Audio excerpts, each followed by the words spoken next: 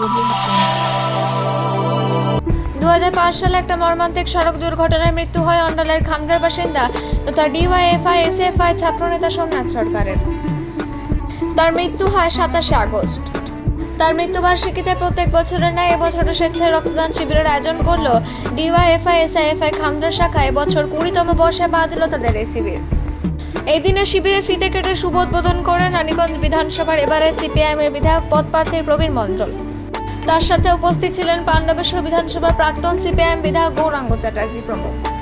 প্রত্যেক বছরের মতো স্বেচ্ছায় রক্তদাতাদের হাতে এবছর তুলে দেওয়া হলো একটি করে গাছের চারা। মোট 45 জন রক্তদাতা এদিন স্বেচ্ছায় রক্তদান করলেন। সংগৃহীত রক্ত যাবে দুর্গাপুর মহকুমা হাসপাতালে বলে জানান সিপিআইএমের এরিয়া কমিটির সদস্য অনুপ কুমার সিনহা।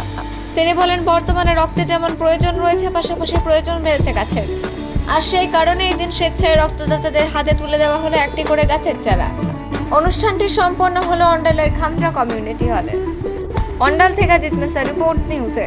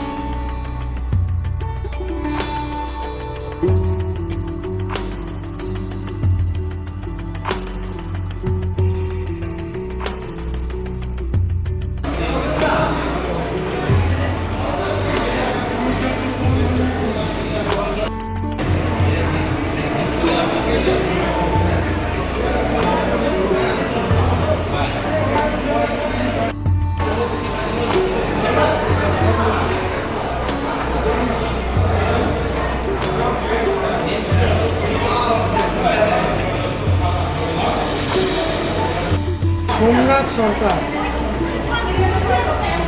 আমাদের ডিওএফআই যে নেতৃত্ব ছিল এই শাখায়, সে 2006 সালে সকালবেলায় রানীগঞ্জ মোড়ে বাইক অ্যাক্সিডেন্টে প্রয়াত হয় এবং তখন থেকে ডিওএফ তার স্মৃতির উদ্দেশ্যে এই দীর্ঘ 20 বছর ধরে এই রক্তদান শিবির তারা অনুষ্ঠিত করে। এর চেয়ে অনেক বড় ভাবে হচ্ছে যে রক্তদান শিবির হয়েছে। ছাত্র যুবক, আমাদের রাজ্য কেন্দ্রীয় নেতৃত্বরাও এসছে।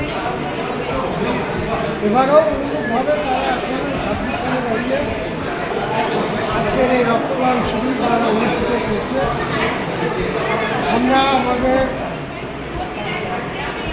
আমি একজন প্রাক্তন যুব সংগঠনের নেতৃত্ব হিসাবে এই কমরেডদেরকে অভিনন্দন জানাচ্ছি এবং এই কমরেডদের এই উদ্যোগ, এই প্রয়াস বেঁচে থাকুক, যতদিন সম্ভব এই রক্তদান শিবির অনুষ্ঠিত হোক কমরেড সম্মেলন সরকারের স্মৃতি।